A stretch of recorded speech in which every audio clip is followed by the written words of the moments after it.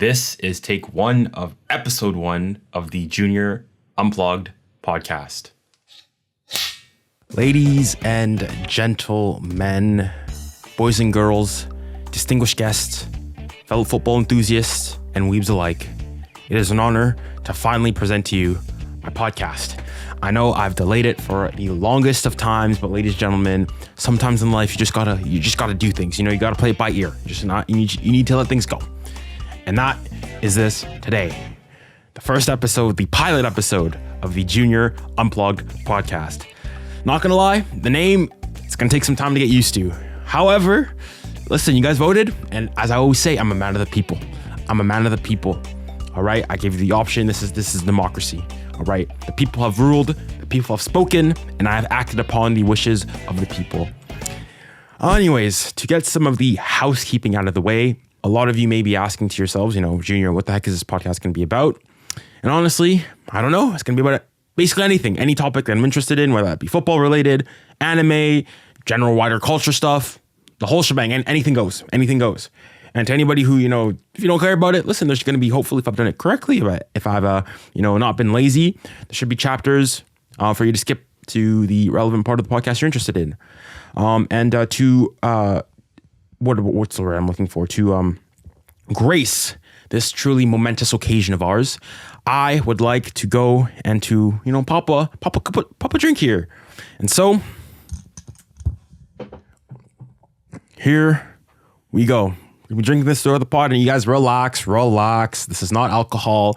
It's just sparkling. It's a sparkling drink. All right, nothing special there. Don't YouTube don't ban me for this. Don't cancel me. All right, easy. All right, this is a purely non-alcoholic, nice sparkly drink. All right, these are the drinks that you were drinking, you know, at your family reunions when you're 5 and you wanted to pretend like you drank alcohol. All right, it's not that deep. But anyways, let's get on to it. Oh, I need to watch out here. I'm not trying to break any of my stuff. And there we go.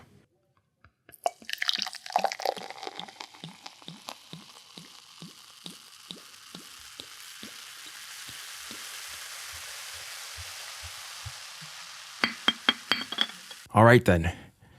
Cheers to you. Oh, and don't forget you. And cheers to you too.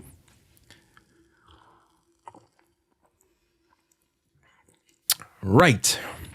Where do we begin? All right, for a bit of context though, today is the 15th of March, 2024. And for those of you who say, well, what's particular about the specific date, today was the 2023-2024 draw of the Champions League quarterfinals, which means that the quarterfinalists of this edition of the Champions Leagues were drawn today. And oh boy, we will get on to that. But before we can get onto that, I think I should mention the Champions League and the round of 16 overall as a whole.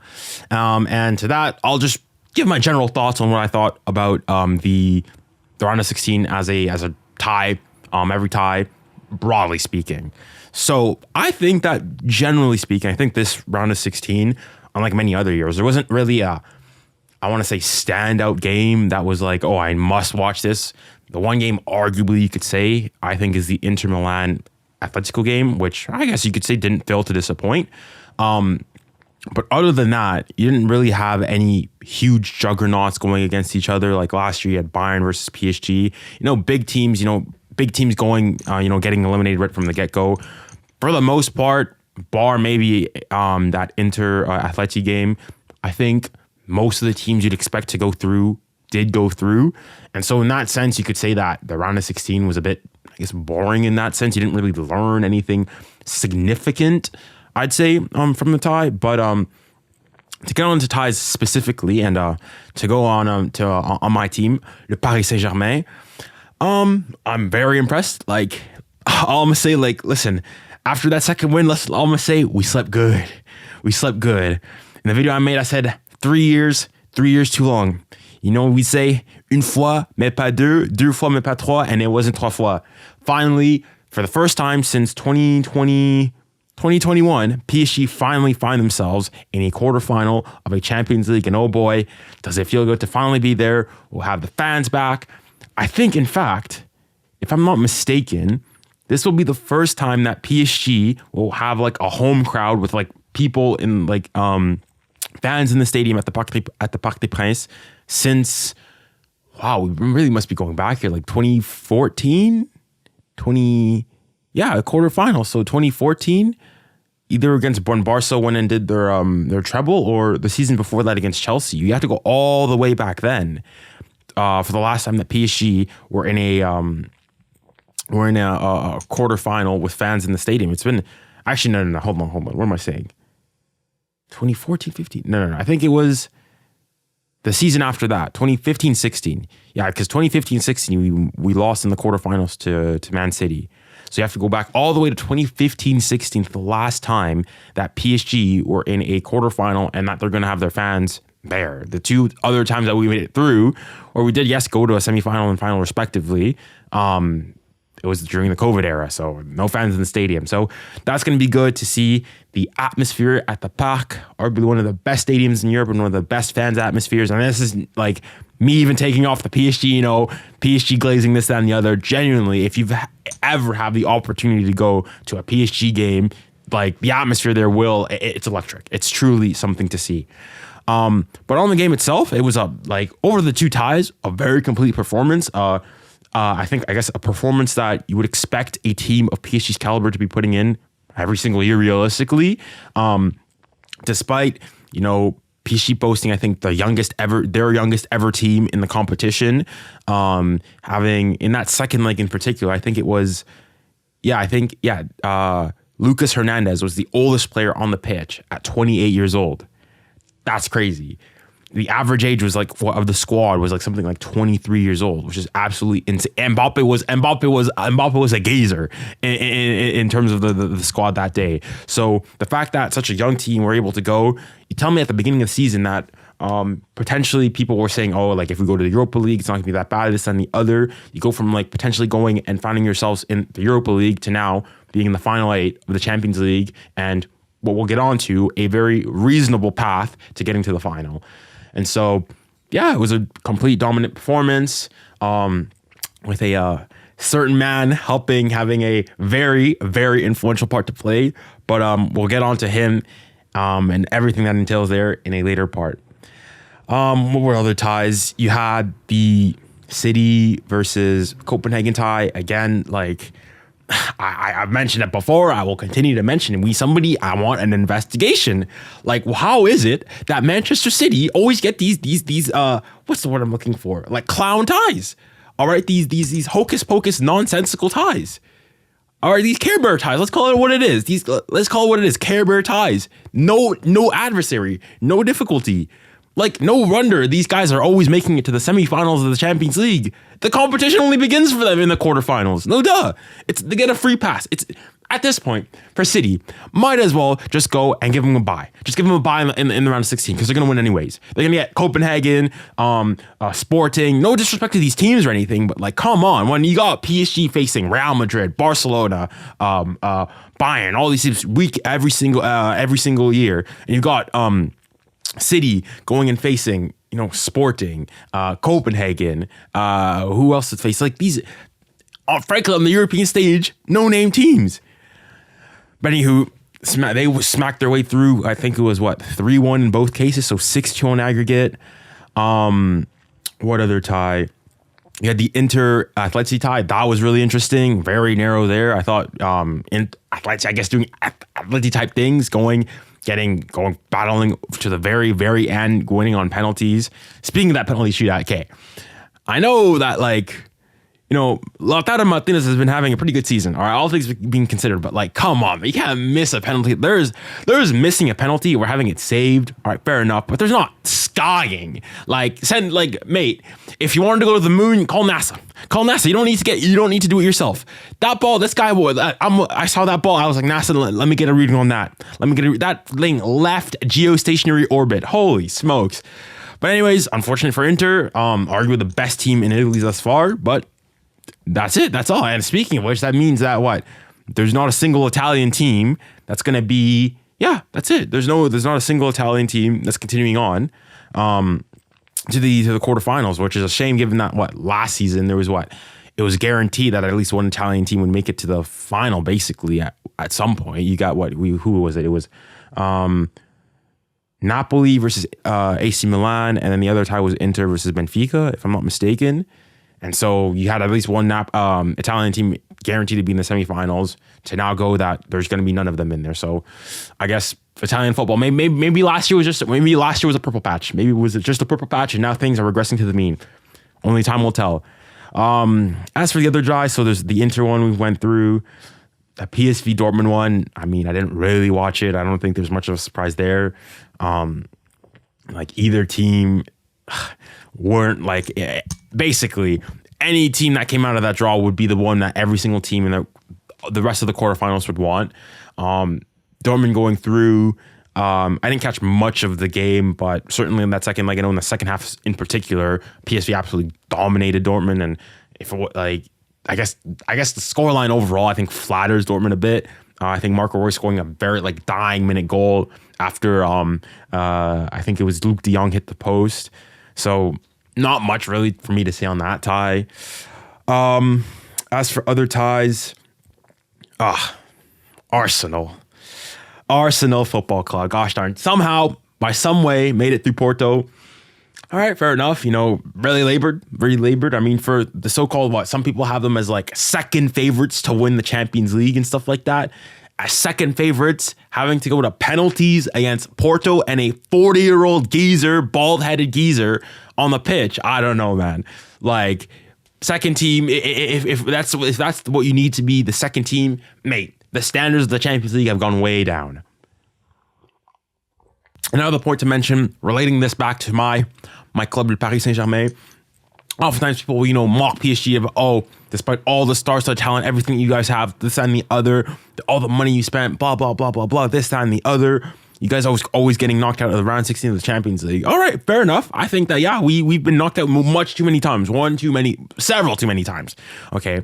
That being said, prior to this, first of all, excusing the fact that Arsenal haven't been in the Champions League for the last 6 years. All right, moving that to the side, even in the years when they were there, for the 7 years that they were there consistently from 2016-17 then, Arsenal had been knocked out of the round of 16 on 7 occasions consecutively. 7. PSG, I think I have a record of 3-4. 7. Come on now. Look at this banter club. So if you're an Arsenal fan, I never, ever want to hear you going and saying, PSG, this and the other. Because listen, all I'm going to say, Jesus said, before you take the speck out of your neighbor's eye, remove the log out of your own eye. All right, before you come and chat at us up, check yourself. But anyways, narrowly getting through there. Unfortunate for Porto, all it came down is to penalties, and I must say, on Arsenal's penalties, they were pretty good, decent. Or, you got to give respect, give unto Caesar what is Caesar's. As for the next tie, I think I've covered everything. Barça Napoli, I didn't really watch it that much. I hear that the second tie, that 𝘂𝐶 was quite wasteful. But again, Barcelona and their youth were able to prevail some way, somehow. And the tie that I'm really interested in talking about in particular is Real Madrid versus RB Leipzig. And you might say, why do you care about this tie? It's Real Madrid's not even comfortable with this. What are I even making with this game? Okay. So first and foremost, how Real Madrid got through this tie is beyond my imagination. Just on a pure footballing level. Over those two ties, RB Leipzig were the better team. I think to argue otherwise is being very, very disingenuous. Or only the most truly hardened of, La La Land Real Madrid fans are going to argue against that.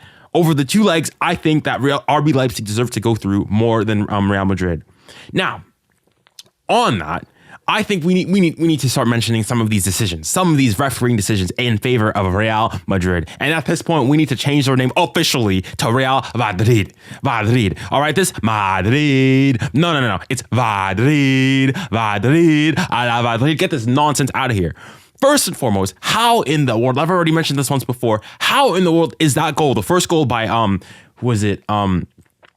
In that first that they scored in the first 10 minutes or so, how is that offside? Or what was the call there? Was it a shove? Was it a push? Because I'm pretty sure people mentioned to me afterwards that Henrik was offside. But no, if you look back at it, I think whoever was the left back, I think Mendy was, I can't remember who, but somebody, because I remember looking at it live, and even the commentators mentioned it, that the Hendrick was onside. So the only thing that they could possibly call it for was for a potential shove on Lumen. And if we're gonna start calling that that ever so slight graceful touch by Hendrick a foul, mate, like at this point, start wearing, you know, extra protection, you know, start wearing, patting yourself in bubble wrap, because that's that Care Bear football. That's that Care Bear football. That's that Care Bear football. How is that a foul?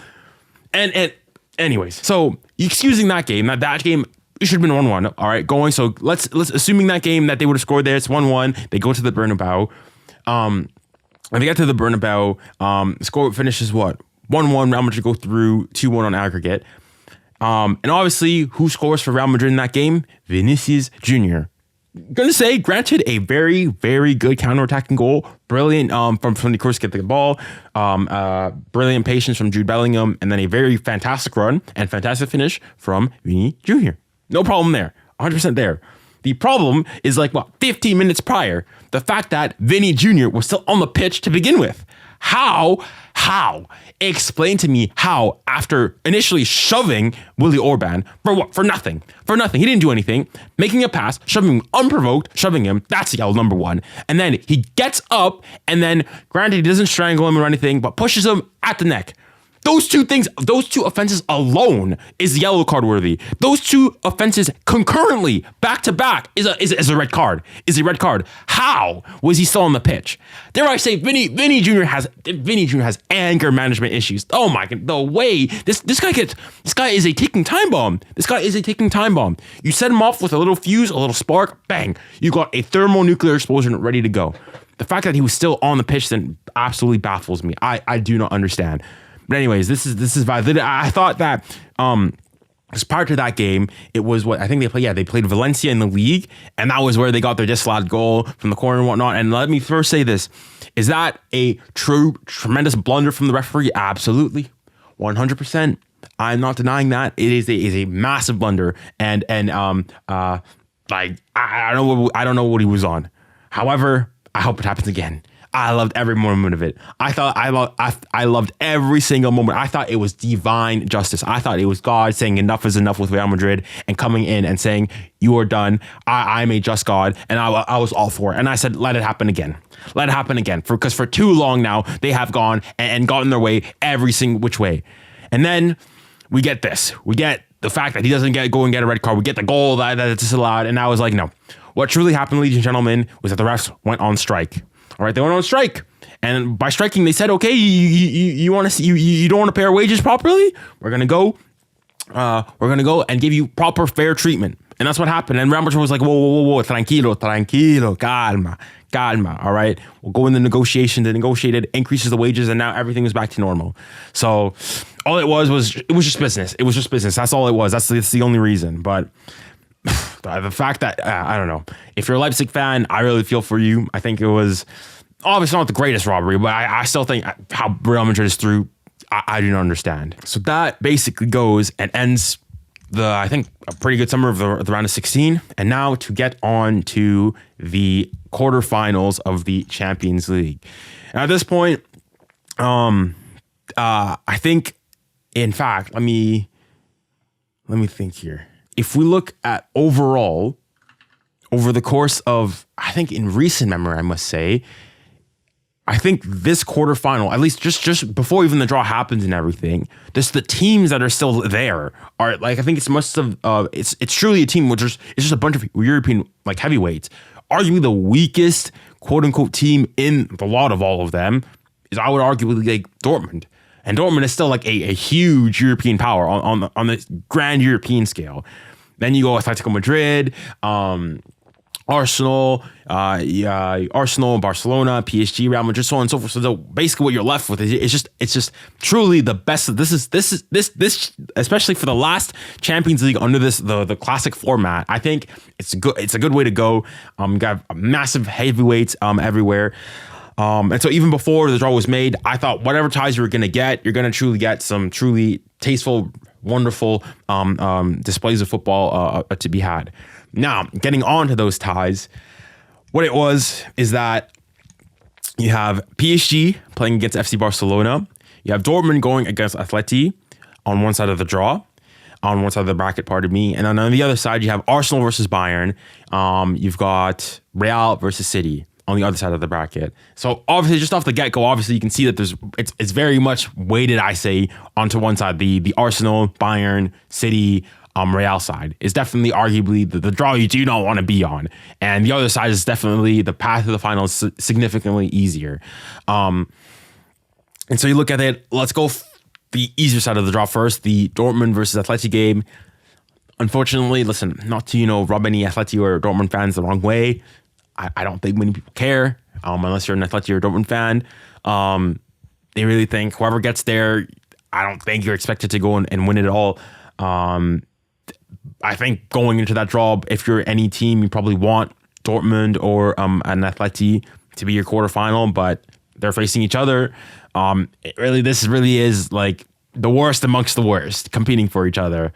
But I think in that tie, ever so slightly, I think Atleti just have too much quality, and I think Griezmann in particular, I think is just going to be too much for Dortmund. I mean, I was able to go and see the PSG versus Dortmund game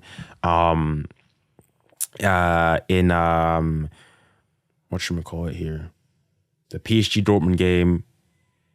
Why am I drawing a blank? The PSG Dortmund game in Paris in the round of, in the group stages on match day 1, and PSG the game where they won 2-0. And that game, I thought to myself, like, Dortmund were trash. Like, Dortmund were hot garbage. Golly me, they were that doo-doo dog water. And even in the second, like the return, like you'd expect, okay, they're at home. I guess they didn't have too much to play for. They were already guaranteed a spot into the round of 16. But even still, like PSG, the only reason PSG did not win was because of their own finishing, or lack thereof, realistically speaking. And so I don't know. I look at that and I'm like, yeah, I think Atleti should have more than enough quality to be able to beat them. I'm not saying it's going to be easy. I think Dortmund may be able to cause Atleti a couple problems, but I just think defensively, their fighting mentality, I think it's just going to be too much for Marco Reus and the boys. And now, to get on to my tie, the tie that I'm going to be most interested in for sure, PSG versus Barcelona. The storylines, the narratives are aplenty with this one. You've got PSG, Barcelona, the remontada. You got the 4-1 for PSG. You've got Luis Enrique going back to Barcelona. You've got all this stuff. Dembele going back to his previous club. All these things, and oh boy, am I like this? This is that popcorn football. This is that popcorn. This is what the Champions League is for. You want two teams that really arguably do not like each other, a beef on a scale unimaginable, finally facing each other in the quarterfinals of the Champions League. And I think, even though I think both teams, I don't think it's going to be a blowout for either team, but I do think that I think PSG overall are a better team, currently speaking. Not to mention the fact that, Barca have plenty of injuries. Pedri's a question mark for the tie. Gavi's for sure gone. De Jong might be able to make it back. Got all their injuries that they got everywhere. And then you have I think for me, the biggest factor is the Mbappé factor, the X factor, the game changer of the game. I think it's just going to be too much for Barcelona. The young squad, got several injuries are injury ridden. I don't know. I think that when you tell me Mbappé versus Koundé, even at Araujo, I think he takes him, like easy money for him. And so even though I think Barcelona are, I guess it's certainly going to be a bigger test than Real Sociedad, I'm not going and putting them on the same level. I just think that PSG, despite being in a quote unquote transition year, still have too much quality to lose to Barcelona. I'm not saying I don't think, as I said, I don't think it's gonna be comfortable. I think I could see like a cheeky little 2-0 win in Paris and probably a draw in the second leg. And PSG, I go through something like through in on aggregate or something like that. Something not close, not like 2-1, but also not like a blowout, like 5-0 or something like that. I think that's the most likely scenario to happen. And on that, given that it's PSG against Barcelona, one of my favorite ties, the Mbappé tie against Barcelona in 2021, in which case he smacked a hat trick and is one of very few players to be able to say that they scored a hat trick at the Camp Nou. And on that day, the kit that they were wearing, that white kit, beautiful. And on that note, I would like to thank the wonderful people at Ultimate Jersey Shop for sending me a couple of kits. And well, you'll see what I mean by those kits. All right, so speaking of that kit, here it is. Oh, not gonna lie, this is one of my favorite PSG kits. This is a clean kit. Goodness me. But not only that, they were also kind enough to send me a bunch of other kits, namely being the 2022 World Cup French kit edition with the one, the man, the myth, the legend himself, Kylian Mbappé at the back. I may have my issues with Mbappé and, you know, the whole PSG situation and whatnot, but hey, listen, as a Frenchman, to a certain degree, he can do no wrong. He can do no wrong. But we'll get onto that later on. And not only that, but some of the other kits that they sent me, and these were really just, so those two kits, those are, you know, personal for me. However, these next two kits, these are works of art. These are absolute works of art. The first one is the Japan, I think, like their second or third kit. I'm not even sure if it was for the men's World Cup, but certainly I think it's for the women's World Cup. And this kit, oh my goodness, this thing is a thing of beauty. Like, look at this kit. Oh my goodness, man. Oh, no, what a beautiful kit. And for me, not gonna lie, my favorite kit of them all, I don't think you guys are ready for this one. Not only first and foremost, if you know, you know. This kit here is a custom-made Itachi kit. Oh my god, this is the first time I'm seeing it actually live. And golly me, the quality's nice. You got Uchiha planted on the, oh my gosh. Oh my days, man. Look at this kid. Look at him. Itachi, man with the plant, Uchiha. Respect him. Oh my days, man. Holy smokes. You know what? I'm gonna have to wear it. Give me one sec. We're gonna have to rep this and something else too. All right, so we are back. Oh my goodness, the kit, it feels nice. Oh my god, Itachi, the GOAT Uchiha. This is that Uchiha greatness. And of course, you know, you gotta rep the Ghikoski beanie. But once again, thank you to the people at Ultimate Jersey Shop, and they've been so kind, but to offer you, yes, you at the back, you know, listening to this while you're supposed to be paying attention to math class, a 10% discount on any of their kits. All you need to do is at checkout of making your order, enter the promotional code JUNIOR, just my name, JUNIOR, all caps, and you'll get a 10% discount. So once again, thank you to the wonderful people at Ultimate Jersey Shop. Anyways, let's get back into it. All right, now I would like to, at least for me, I think, address the elephant in the room, and that is a certain Teenage Mutant Ninja Turtle lookalike wannabe in Kylian Mbappé Situation. And oh boy, where do I even begin with this thing? So I constantly been getting asked, Junior, what's your opinion on, you know, what the situation with Mbappé, him leaving PSG, him joining Real Madrid, the whole debacle, the cloud, this, that, and the other. Now is that time. Now I will go and try to, at least the best of my capabilities, address all my thoughts and everything all at once. All right, to begin with, how did I feel about him, like, when the news came out? I'm not gonna lie, okay, I guess looking at it from a PSG's perspective, given that you hear this every single year, every single summer, every single transfer window, Mbappé wants to leave, yada, yada, yada. When it came out, my first reaction was, okay, listen, how is this any different to the stuff that we constantly heard? I think it was Santi, the French journalist who came out with the information saying that Mbappé is not extending at PSG. But then the thing is, he said that, he's got a contract already with Real Madrid, yada, yada, yada. And I was like, initially, I just didn't believe it. I was like, this is fake news. Honestly, I'm not going to believe it. How's it any different than what happened in the summer? People were saying he's going to leave. And other years. So I was like, listen, and this is sort of still my case now to a certain degree. Although I think now, and I'll get onto it further on afterwards, I think this case is obviously slightly different.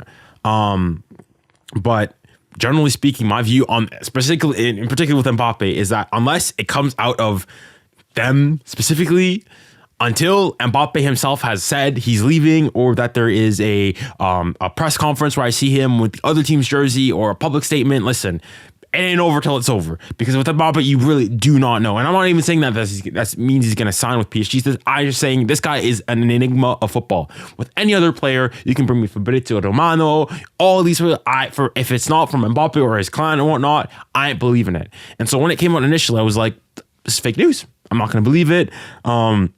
It wasn't helped by the fact that like a couple of days later or whatnot, the Mbappé clan was like, no, there's no contact. We haven't had any information we haven't been in discussions, this, that, and the other. And also it was very weird in that because I believe, the day that information broke out, it was something like 3 days after PSG had played their Trophée des Champions final game against Nantes, in which case, and that was like the first time in a long while where Mbappé came out to the media and said that the sole situation with the club, that even if he does leave for free, that it's all sorted, and that he's going to try to make sure that he hasn't made a decision yet, but that he's not going to wait on it, and that when he does go and make the decision, he's going to try to make it public or make it known ASAP, as soon as possible. And so I don't know, I found it weird for him to go and that he would go and say that, and then 3 days later supposedly have everything signed, settled, and sorted, and he's leaving, he's going to Real Madrid. Nothing but 3 days later. And so I found that very suspicious. I didn't deny the fact that it's obviously a possibility, but I found it very questionable that 3 days after saying that I don't have a decision yet, that all of a sudden now I do have a decision, so on and so forth. As for one of the big things, okay, now he's leaving. It's like, okay, how do you think PSG's going to be? This and the other. You have to be honest, as a PSG fan, obviously, is it going to be a hit towards the club? Absolutely. Mbappé is arguably, if not the greatest player on the planet at the moment. And so replacing a player of that caliber is going to be very difficult and arguably impossible to replace him like for like. However, I think also it will also do the club a whole load of good. First and foremost, on a purely financial aspect, that you're not going to be burdened with the tremendously astronomical wages of such a player. And not only that, but also on the sporting aspect and also on the human aspect of, for as good as Mbappé is on the pitch and everything that he does, it's great. If you could have Mbappé and have the Messi mentality where he just doesn't say anything, that Mbappé would be GOAT status immediately. The thing is that when you get Mbappé, you get not only the fantastic performance on the pitch, but you get all the nonsense offside the pitch, the pivot gang, the this isn't Kiki Saint-Germain, the blasting the club at points, I want to leave, this and the other, all this other shenanigans. And that bit, listen, I'm not gonna miss that one bit. And so in that sense, it's gonna bring a sort of, I want to say, tranquility and peace to the club that the club hasn't had for, frankly, a very, very long time. Arguably, ever since both Neymar and Mbappé joined in the summer of 2017. And so I think that's going to do the club good. And with those wages on the sporting level too, is that yes, Mbappé does bring you that flair, that X factor, that factor that nobody can truly bring you in world football bar him. But also, Mbappé is Mbappé, which means that he doesn't press. And so, especially with Lucho and the way he wants to play and the way he wants to set up things, I think that him leaving will also give more freedom for him to tinker and to sort of play the way he wants to play, rather than to having to sort of adapt and craft a bit around, how to best utilize and how to best use Mbappé in any particular situation. And I also think that potentially it also can liberate some players, knowing that, well, Mbappe's gone now, because even now, even if it's not explicitly said, people always made fun of, Mbappe's now the president of PSG, this and the other. And obviously Mbappé does have an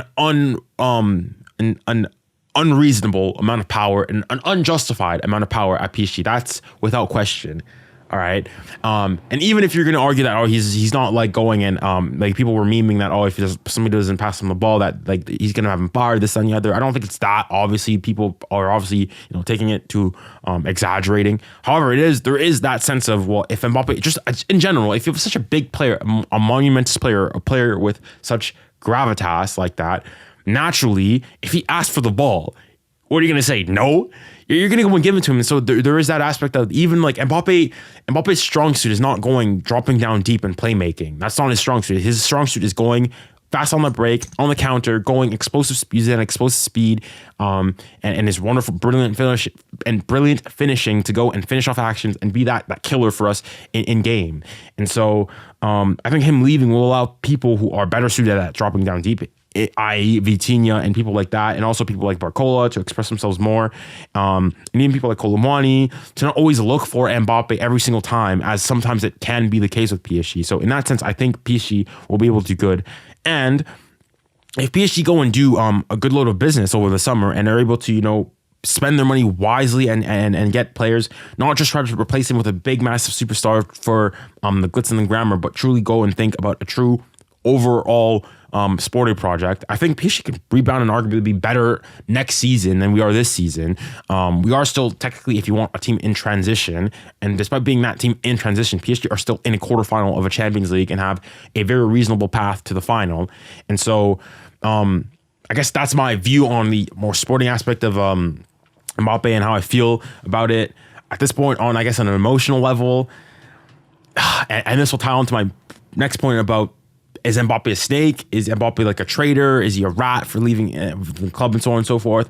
On an emotional level, when I heard it, I was a bit bummed that, that he's leaving, so on and so forth. However, that being said, to call him a snake, I think is really a stretch. Are there things that he's done that have been questionable and that you put into question? Absolutely.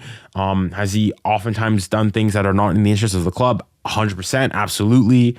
However, to go and say that he's been a snake, that he's like a traitor to the club, like if Mbappé goes, if you've known for 3 seasons at minimum that Mbappe's had made known his desires, at least that he flirting with the idea of going to Real Madrid, and once I'm explicitly asking that he wants to leave, in 2022 when he did sign, it was between you and Real Madrid that he wanted to sign.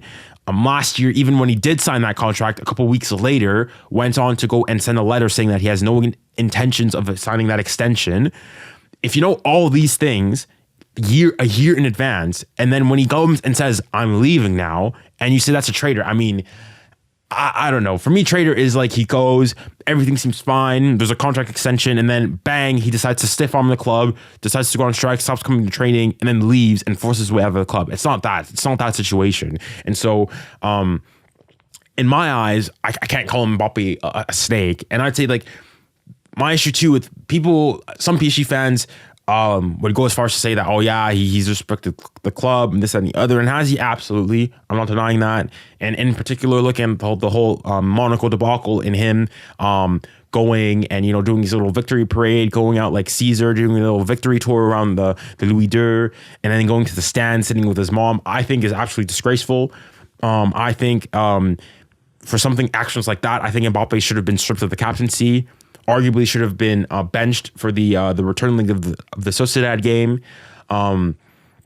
However, to go as far as to say that he should never wear the colors of a PSG jersey, I think is too much of a stretch. I didn't see many of those people last season when Messi literally skipped training, did not go to training, was in a completely different country. They weren't clamoring for him to never ever wear their jersey again, and if they did, it was a much smaller voice compared to the number of people who are clamoring for Mbappé to never, set on the pitch for under PSG colors again. So I'm not going to go that far. I think in situations like this, I think it's important to, yes, go in and look at it critically and say, okay, this is what Mbappe's done. Yes, he's done a great load of good, but also not to in the fact that in the things that he's done that irk you and whatnot, to not also swing the pendulum the other way and say that this guy is like an enemy of the club and that he doesn't care at all about the club. You can say that he's not the most, perhaps you could say that his number one priority is not the club. Fair enough, yeah. But to go on to say that Mbappé has no care whatsoever at all for PSG is a huge stretch, and I think it's being massively disingenuous. I think that especially as he's grown, I think as he spent more time at the club, I think he does have an attachment to the club, a love for the club to a certain degree. Perhaps not in the way that I would want, certainly. I think I'd like him to have a closer one, but certainly a relationship with the club. I think he will leave the club as a PSG legend. Some people will say that he's not your number one and he can't be because of his actions. That's fair. But to go and to now say that he should never ever wear the club jersey ever again, this and the other, I think is far too much of a stretch. And the thing that honestly irks me the most about Mbappé is the fact that he can go and in 1 week, the Monaco game, go and do stuff like that, completely abandon his team, go to the stands when you're in a game where he hasn't played well, is subbed at halftime. The team's not particularly playing well to this and the other. You've got a huge tie in the Champions League coming up, and he does that. But then a couple of days later, puts a masterclass like he did against Real Sociedad, scoring 2 absolute bangers and being quintessential in sending you through to the knockout stages, to the quarterfinals of the Champions League. So he's able to do both those things at once. So I don't know. It's difficult. If it isn't true, I guess nothing yet to this point has been. He hasn't said anything officially himself. Although at this point, I think, and this alludes to what I was saying earlier and how I don't really trust anything unless it comes from Mbappé. At this point, I do think that I guess I have to caveat this and I guess backtrack a bit on that statement and saying that in this time around, I think it's a lot more real than it once was, because this time at this point you've got I think it was Danilo Pereira at one point. He said that he gave a speech in front of the players saying that he's leaving. You've had Luis Enrique several times when he's asked that he's like, oh, we're gonna have to get used to playing without Mbappé. All things alluding to that he's not going to be there next season. So I think the fact that at minimum that he's leaving PSG, I think those are reasonable. I think it's beyond any reasonable doubt that's done, that Mbappé will not be a PSG player next season. Now, the fact that he's going to be a Real Madrid player, I think is the most likely scenario. I think most people think that's the case, but I guess nothing yet has been concrete and done. And so I guess until that's done, I won't go and say it's official yet. But certainly the fact that he's leaving the club is done. And my opinion, I'm going to Real Madrid. I mean, I'm going to be honest here. I really do not like Real Madrid. I do not like the club. Dare I say I probably hate the club. But however, I have to respect Real Madrid as an institution. Arguably over the course of football and footballing history, they are probably the biggest club in the entire history of football. Certainly the most successful club on the European stage, even in Spain as well. So I personally, I guess I wish Mbappé the best. If it is indeed Real Madrid he goes to, I wish him the best. Personally, at Real Madrid, I hope he scores hat-tricks every single game. And I hope Real Madrid lose 4-3 anyways, all right? I hope he goes and gets the Pichichi, the Ballon d'Or, everything, and that they still get relegated, all right? For me, I hope that individually, wish him all the best. Despite all the things I may have with him at PSG, I still need him in good spirits for the French national team. And I'm not going to go and discredit everything and all the great stuff that he's done for the club.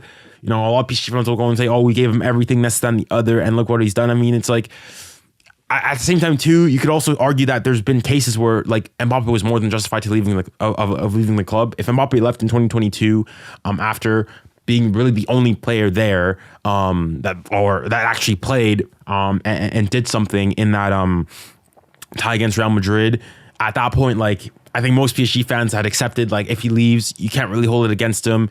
And any PSG fan who say that, no, like, he can't, no. I think at that point, he was more than justified of leaving. And despite that, he decided to stay.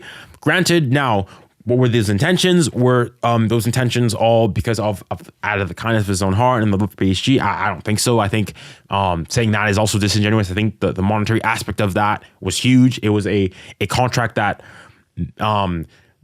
at least very well so will not be seen in football in a while. And so as a footballer, take that year, he gets to spend have for an extra 2 years at the club, touch ungodly amounts of money. I think any reasonable person would have taken that offer. But I do also think that he did genuinely want to try this new era PSG and so on and so forth. And most likely got disinterested in it fairly quickly. And even despite all those things, I'm not saying that what he did is good. I'm not accepting. I'm saying that he's done. There's a lot of things that I don't think he said.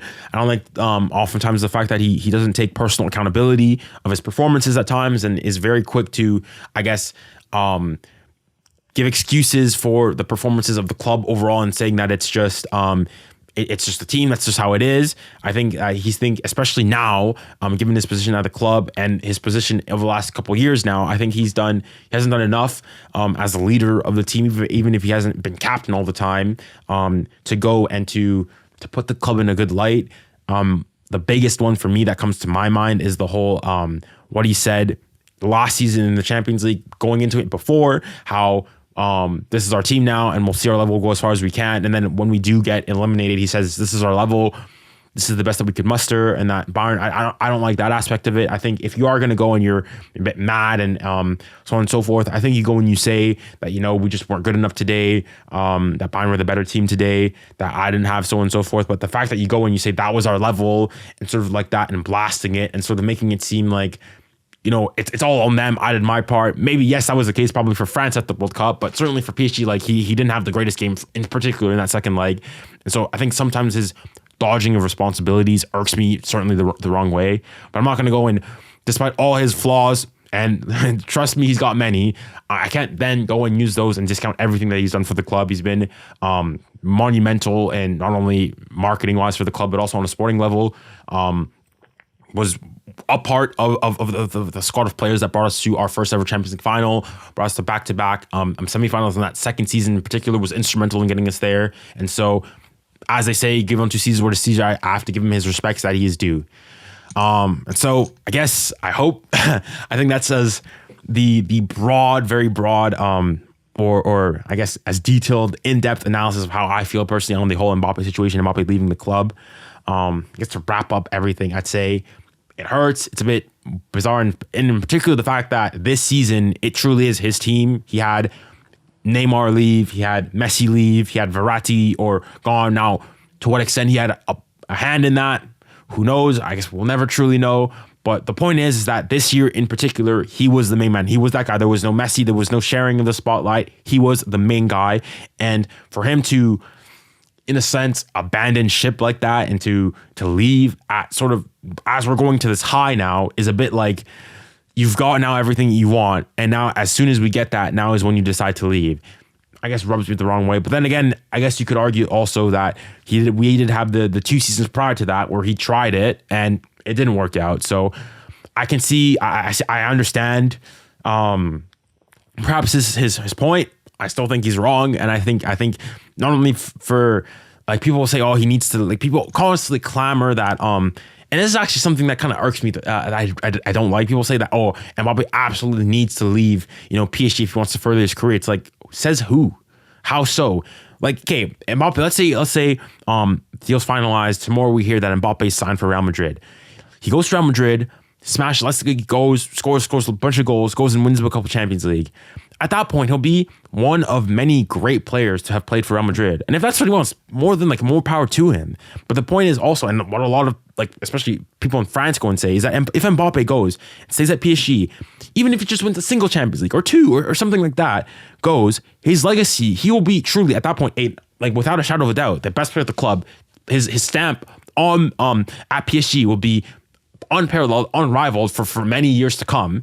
Not only that, add on to the fact that he's French, that he's Paris born and bred, this, that, and the other, and you've got the hallmarks of everything that needs to be for him to be a certified, dare I say, untouchable club legend. Whereas he leaves now to Real Madrid, especially leaving under many of the circumstances he's leaving with the pivot gang and the Monaco book, all these things.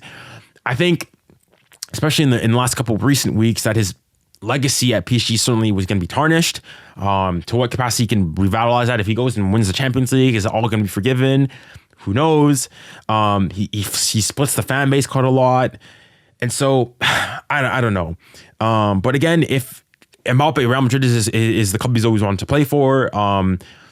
Since he's been very young, Monaco, he could have left there straight from Monaco. He didn't decide to come to PSG.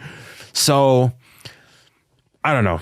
I guess that's my 2 cents on it. I'd actually be really curious to know what you guys feel about it, how you guys feel on the whole Mbappé situation, him leaving, what you guys think. Do you guys think that he actually truly does need to leave PSG to go and to become the player that he needs to be? I just personally find it it's just, at that point, I feel like it's just PSG bashing, that people are sort of not respecting a PSG as a club. I'm not saying that, we're bigger than Real Madrid, this and the other, but PSG is they're making it seem as though PSG is some mid-table Premier League side with absolutely no history, no pedigree, nothing. Whereas PSG is without shadow of a doubt the biggest club in France and does have a way and a say on the European stage, at least at this point. So I'd be curious to know. Let me know how you guys feel about that. All right, so now to finish off, I guess, the podcast, I want to talk about. I mentioned that this podcast is going to have everything and anything. And one thing, or one of my passions of mine, is anime. And on this topic, I like to talk and mention the fact that recently, a while back, a couple weeks ago now, I finally got around to looking and viewing the final part 2 of the Attack on Titan, the final season, this and the other. So the very last bit, the finale of Attack on Titan. And all I can say to that is, oh my goodness, if you defend the actions of Eren Yeager and his rumbling, you need Jesus. Oh my God, you need Jesus. You need Jesus. You need Jesus. How are you defending? At this point, let's call it what it is. Let's call it what it is. How are you defending the actions of a mass murderous, genocidal, international terrorist? How? Eren Yeager killed on and I'm gonna have to expand the vocabulary around this one. Eren Yeager massacred and killed on a scale hitherto undreamt of. He makes people like Hitler, Mao, Stalin, Genghis Khan seem tame. He makes them seem like saints. He makes him seem merciful. Dare I say, he even makes Thanos seem like a good person. And you guys might be saying, Thanos, how is he worse off than Thanos? Thanos snapped 50% of the universe. All right, that's a lot of people, killed without a shadow of more people than Eren Yeager. However, first and foremost, it's 50%. Eren Yeager killed, massacred 80% of the Attack on Titan world. All right, I think some estimates have the Attack on Titan world at that time being at like what 1.5 population of the entire world, 1.5 people. That means 80%. Eren Yeager slaughtered 1.2 billion with the B people in the span of what, something like a week at most, maybe a week. Slaughtered count. Oh my goodness. Not to mention that, but like, at least Thanos, he snapped them off. I'm not sure how the mechanics of, getting snapped and dusted away were, but I'm sure like it must be better and a more peaceful way to die than getting stomped on by some 60-meter colossal, Gundam mecha monstrosity, or getting trampled on by debris flying from them stomping their feet. Like, no. Oh my goodness. Not to mention the fact that Eren Yeager, with all this, his power of the Attack Titan and so on and so forth, had precog. He knew everything that's going to happen. So you're telling me Eren Yeager went and knew that he was going to go and slaughter 80% of the world. But okay, at least you have to say it's for a good cause. There's something. No. He does this knowing he's going to lose and knowing that what he does changes nothing. At least Thanos, when he does this stuff or other, antagonists in anime and so on and so forth, it rallies up people together to, fight for a common enemy, so on and so forth. Like you go back, for example, in Naruto, when you have Madara comes on, you have the entire Shinobi Alliance, the entire Shinobi world that unites to fight against him, so on and so forth. There is some good that happens. When Eren Yeager goes and does all of this, all right, at the end of the rumbling, a couple weeks later, what are the countries doing? They're preparing for war. It did nothing. He did all this for what? For what? At least Thanos had somewhat noble intentions. We can argue with his methods, but we can say he wanted to find balance in the universe. Okay, we can obviously go and say he could have doubled the resources, this and the other, blah, blah, blah, so on and so forth. I agree. However, at least he had somewhat noble intentions. Eren Yeager knew that he was going to fail at his plan, knew that what he's going to do was going to do absolutely nothing, and still proceeded to do it.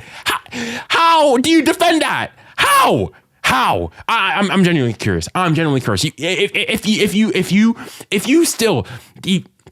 The fact that makes things bad, the fact that makes things worse is that by the end of it, they were trying to condone this actions. You have him, speaking with Armin, and you got Mikasa going getting it all in her feelings about having to kill him. I'm like, mate, at that point, you dead. Dare I say, I hope it hurts. I hope that when Mikasa cut him, I hope it hurt. Dare I say it's not even just. I say, with that type of stuff, with the mass genocide that he committed, we need to bring things back. I was like, bring back the guillotine. What am I saying? The guillotine. Bring back crucifixion. Bring back good old Roman crucifixion. Because all I'm gonna say, Jesus died for a lot less than that. Our Lord and Savior died for a lot less than that. Okay. He needs to die. All right. And they're trying to condone this man's actions as though, they're no. This guy, I was like, I do not care. You're trying to make me sympathize for this mass murderous, genocidal terrorist, delusional person as well. Get this nonsense out of here. And people are comparing Eren Yeager and antagonists, comparing to people like Pain. Do not ever ever compare the arguably the greatest antagonist in fiction, point blank period, to this fraud of a character. Absolutely ridiculous.